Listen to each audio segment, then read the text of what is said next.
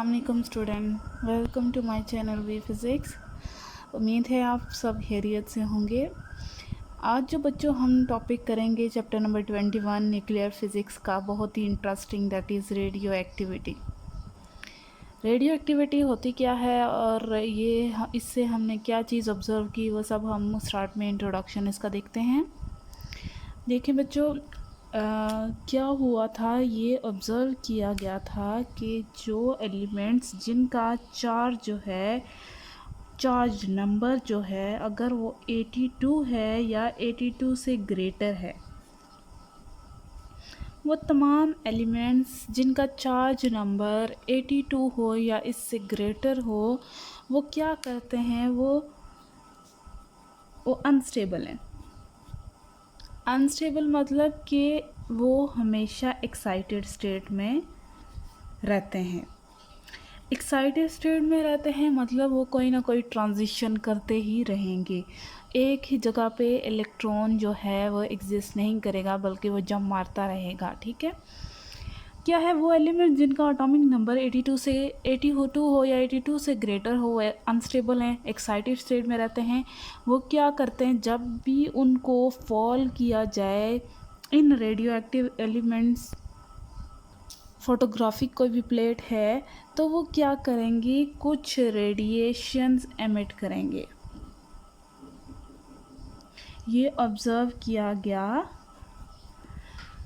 इस प्रोसेस में कि जब भी इन एलिमेंट्स को किसी फोटोग्राफिक प्लेट पे फॉल किया गया, इन्होंने कुछ रेडिएशन एमिट करना शुरू कर दी।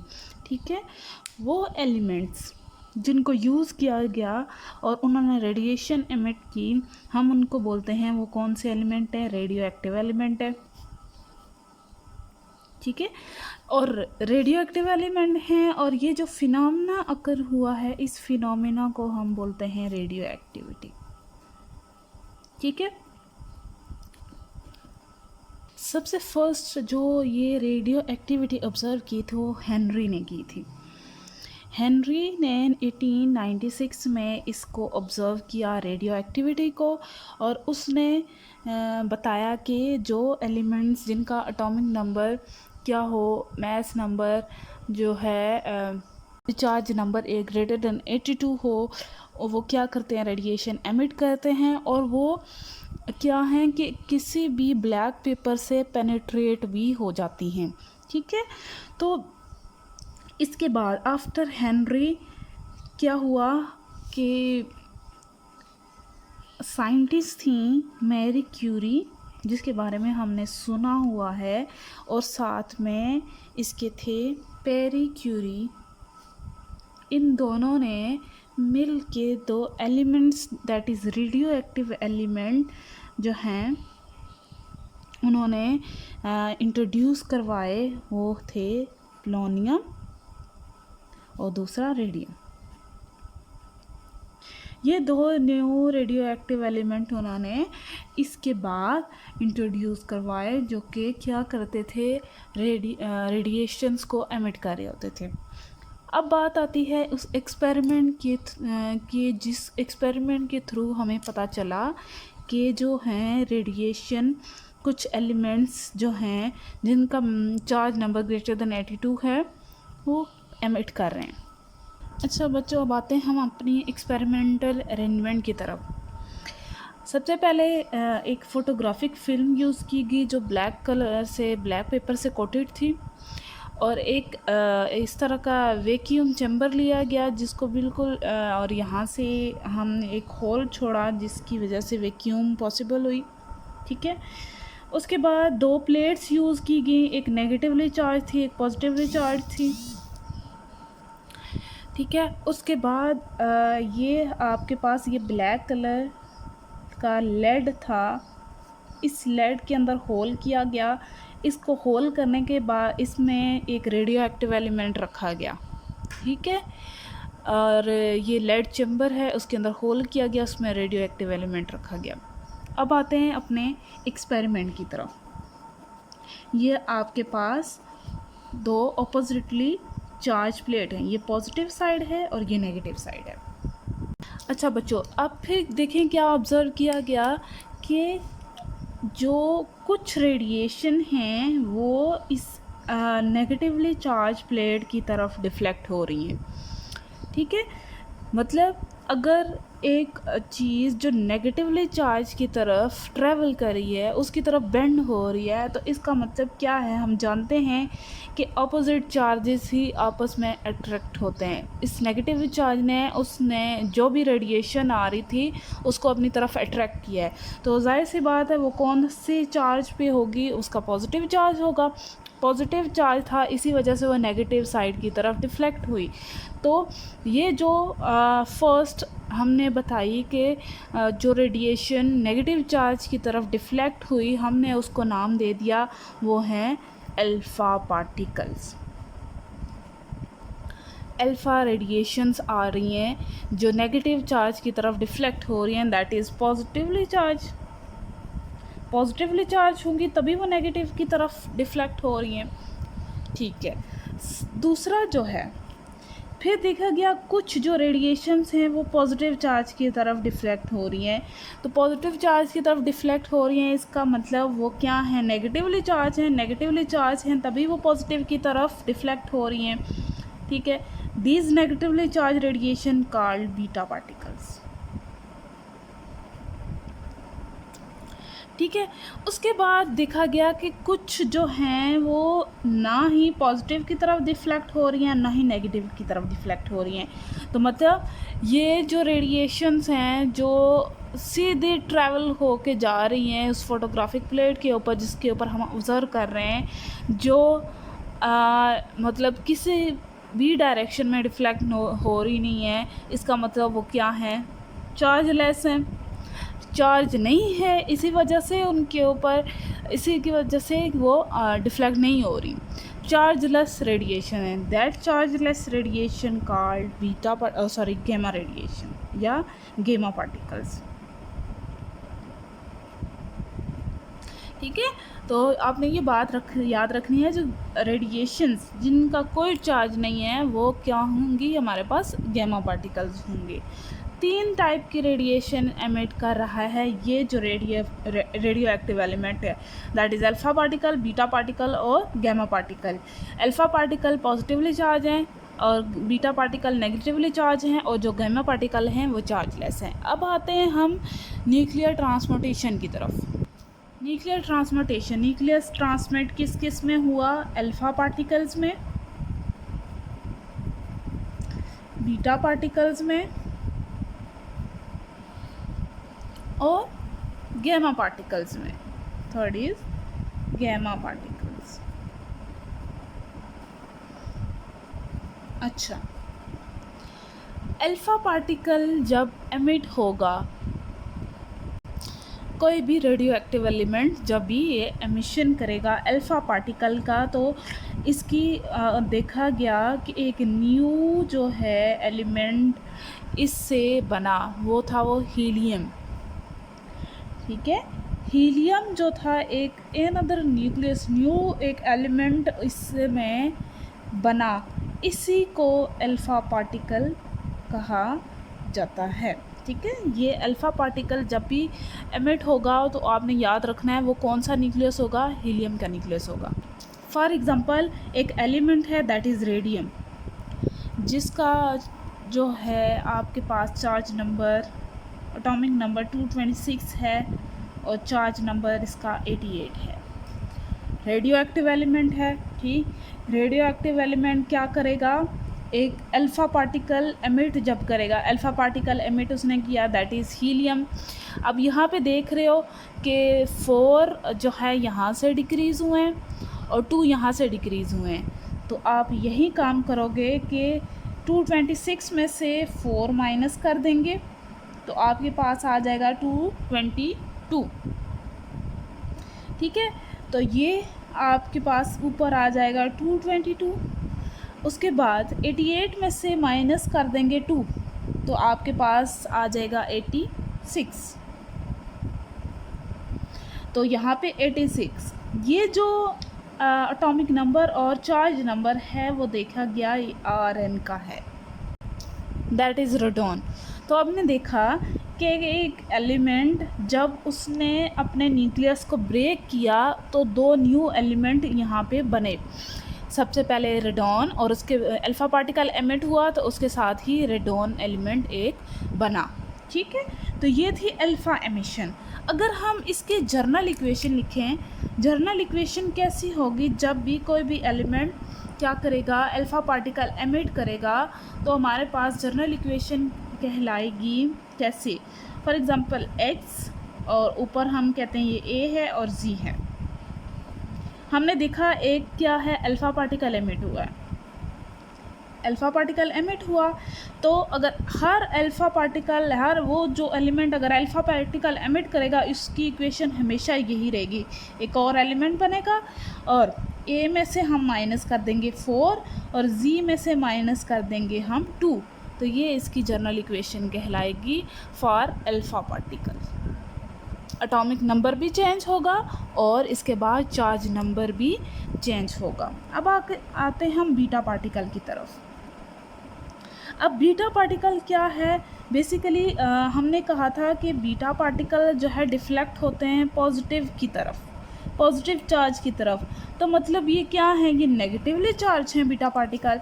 नेगेटिवली चार्ज हैं तो हम इनको कह सकते हैं ये इलेक्ट्रॉन है, क्योंकि इलेक्ट्रॉन के ऊपर नेगेटिव चार्ज होता है। तो मतलब बीटा पार्टिकल मतलब न्यूक्लियस इलेक्ट्रॉन को एमिट कर रहा है, नेगेटिव चार्ज को एमिट कर रहा है, मतलब इलेक्ट्रॉन को एमिट कर रहा है। अब क्वेश्चन यहाँ पे ये अराइज होता है कि एक न्यूक्लियस कैसे इलेक्ट्रॉन को एमिट करेगा। अब तो ये चीज़ ऐसे है कि एक न्यूक्लियस ब्रेक हुआ, ठीक है, और न्यू एलिमेंट्स बने, ठीक, ये तो बात समझ में आती है। अल्फ़ा पार्टिकल जो है एमिट हुआ, एक न्यूक्लियस जो है कैसे इलेक्ट्रॉन को एमिट करेगा, ठीक है।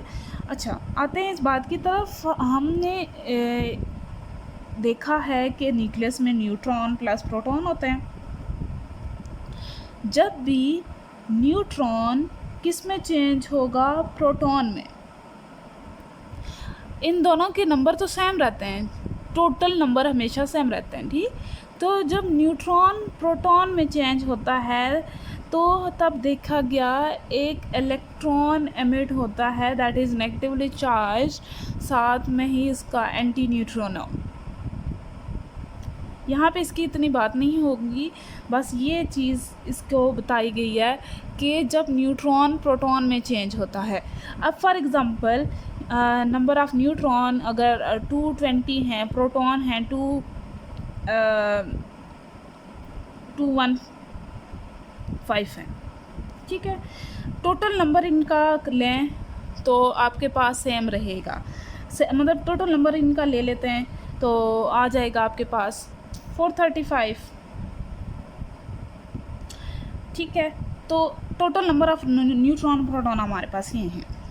अगर क्या हो कि ये न्यूट्रॉन जब प्रोटॉन में चेंज हो, तो मतलब फॉर एग्ज़ाम्पल एक न्यूट्रॉन प्रोटॉन में चेंज हो गया तो यहाँ हो जाएगा 219 और यहाँ हो जाएगा 216। जब हम इसको ऐड करेंगे तो ये भी 435 है, फ़र्क तो नहीं पड़ा, नंबर तो सेम रहा, ठीक है। तो तब जब ये कन्वर्जन हुई, एक प्रोटॉन ऐड हुआ, तो ये याद रखिएगा नंबर ऑफ़ प्रोटॉन यहाँ ऐड होंगे। जब नंबर ऑफ़ प्रोटॉन ऐड होगा तो एक न्यूट्रॉन जो है इलेक्ट्रॉन रिलीज़ होगा। उसके साथ ही जब अगर प्रोटॉन अगर न्यूट्रॉन में चेंज हो तो आपके पास ये इलेक्ट्रॉन पॉजिटिवली चार्ज में एमिट होगा, साथ में इसका एंटी न्यूट्रिनो, और ये क्या होगा, इसी का ऑपोजिट पॉजिट्रॉन एमिट होगा। तो बेसिकली हम बात यहाँ सिर्फ इस चीज़ की कर रहे हैं, तो हम सिर्फ इसी को लेंगे, ठीक है। जब न्यूट्रॉन प्रोटॉन में चेंज होंगे तब हमारे पास एक नेगेटिवली चार्ज इलेक्ट्रॉन एमिट होगा, that negatively charge electron called beta particle, ठीक है। अभी जो हमने बात की कि न्यूट्रॉन जब चेंज होगा प्रोटॉन में, ये प्रोटॉन में चेंज हो गया, सॉरी 1, ये आपके पास प्रोटॉन है, साथ में एक इलेक्ट्रॉन एमिट होगा, ठीक है। ये आपकी बुक पे इक्वेशन लिखी हुई है, ठीक है। तो तो जर्नली हम इस इक्वेशन को लिखने से पहले एक एग्ज़ाम्पल करते हैं। जो है एक एलिमेंट है थोडियम TH, जिसका एटॉमिक नंबर 234 है और ये 90 है। एटॉमिक नंबर इसका सेम रहेगा, आपने ये बात याद रखनी है। एक साथ में एक इलेक्ट्रॉन एमिट हो गया, तो ये देखिए ये -1 ये इलेक्ट्रॉन एमिट हुआ। इसके बाद हमने कहा था कि एक प्रोटॉन ऐड होगा, तो मतलब यहाँ जो एलिमेंट होगा उसमें +1 हो जाएगा, ठीक है। और साथ में 234 बिल्कुल सेम रहेगा, एटॉमिक नंबर चेंज नहीं होगा। तो वो एलिमेंट देखा गया कि जिसका चार्ज नंबर 91 है, वो आपके पास प्रोटैक्टिनम है, ठीक है। तो इसको हम लिख सकते हैं 234 × 90, ये है Pa 234 91 प्लस इलेक्ट्रॉन, ठीक है। अगर जर्नल इक्वेशन हम लिखें इसकी, तो जर्नल इक्वेशन आपके पास आएगी x × Az, it gives you another nucleus जिसका A सेम रहेगा बट Z में +1 ऐड हो जाएगा और साथ में एक इलेक्ट्रॉन एमिट होगा, ठीक है। तो ये आपके पास था बीटा पार्टिकल। अच्छा बच्चों, एक बात मैं आपको बताना भूल गई, तो ये जो एलिमेंट है ये कहलाता है पेरिड, और ये आपके पास कहलाता है डॉटर न्यूक्लियाई।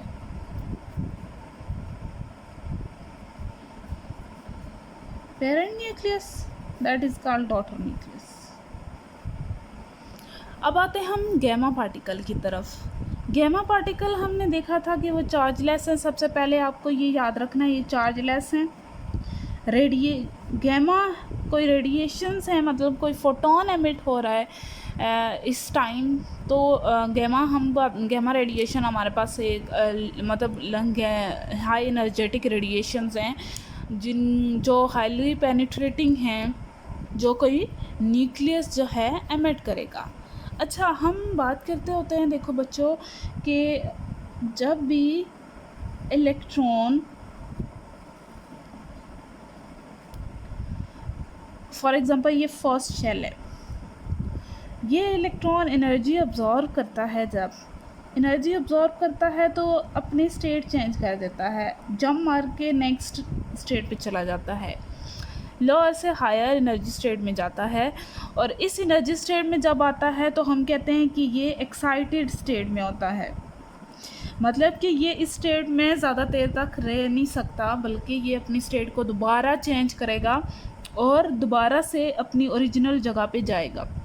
तो हम कहते हैं ये एक्साइटेड स्टेट में। ये आपके पास हायर एनर्जी स्टेट है और ये लोअर एनर्जी स्टेट है। जब इस स्टेट से दोबारा वो अपनी ओरिजिनल स्टेट में आएगा, उस टाइम वो क्या करता है, एक फोटोन एमिट करता है। फोटोन एमिट करता है, उसकी एनर्जी के ऊपर डिपेंड करता था कि किस एनर्जी का फोटोन आ रहा है, तो उसके लिहाज से हम कहते थे कि ये कौन सा है रीजन की का फोटोन आ रहा है, गैमा रेडिएशन है, एक्स रेज या जो भी है, ठीक है। अब हम बात कर रहे हैं बिल्कुल सेम इसी चीज़ को हम लेंगे गैमा पार्टिकल्स के लिए, लेकिन इस बार जो बात होगी वो न्यूक्लियस की होगी, ठीक है। अब ये न्यूक्लियस के बाहर की बात हो रही थी, अब जो बात हम करेंगे वो न्यूक्लियस की होगी। न्यूक्लियस में भी हायर स्टेट और लोअर स्टेट एनर्जी लेवल्स होते हैं, सॉरी एनर्जी लेवल नहीं बल्कि लेवल्स इनके भी कोई होते हैं, हायर लेवल और लोअर लेवल, ठीक है। तो जब भी हायर लेवल से लोअर लेवल की तरफ ये ट्रांजिशन होगी तो एक फोटोन एमिट होगा, वो फोटोन होगा गैमा रेडिएशन, ठीक है। न्यूक्लियस के अंदर जब ये ट्रांजिशन होगी एक्साइटेड स्टेट से, ये आपके पास एक्साइटेड स्टेट है, से ग्राउंड स्टेट में, तब वो जो एमिशन होगी वो गैमा रेडिएशन की होगी न्यूक्लियस के अंदर, ठीक है। बेसिकली हम जो ये रिएक्शन है उसको लिखते हैं, इसकी जर्नल इक्वेशन जो है आपके पास वो है x ए जी, अगर वो रेडिएशन एमिट कर रहा है, गैमा रेडिएशन, बस आपने उसके ऊपर स्टेरिक डाल देना है और कुछ भी चेंज नहीं होगा, प्लस गैमा रेडिएशन एमिटेड। इस स्टेरिक का मतलब है कि ये जो हमारा न्यूक्लियस है वो एक्साइटेड स्टेट में है और वो रेडिएशन को एमिट करेगा जब वो नॉर्मल ग्राउंड स्टेट में आएगा। ठीक है, तो ये आपके पास था गैमा रेडिएशन। आपका रेडियो एक्टिव एलिमेंट, यही टॉपिक बस यहाँ तक ही था। बाकी कुछ आपको समझ ना आया हो तो आप मुझसे पूछ सकते हैं। और लाइक और सब्सक्राइब करना मत भूलिएगा। और बाकी खुश रहिए और हेल्दी रहिए, अपना ख्याल रखिएगा बहुत सारा। आज के लिए फ़िलहाल इतना ही, फिर मिलते हैं नेक्स्ट लेक्चर में। अल्लाह हाफ़िज़।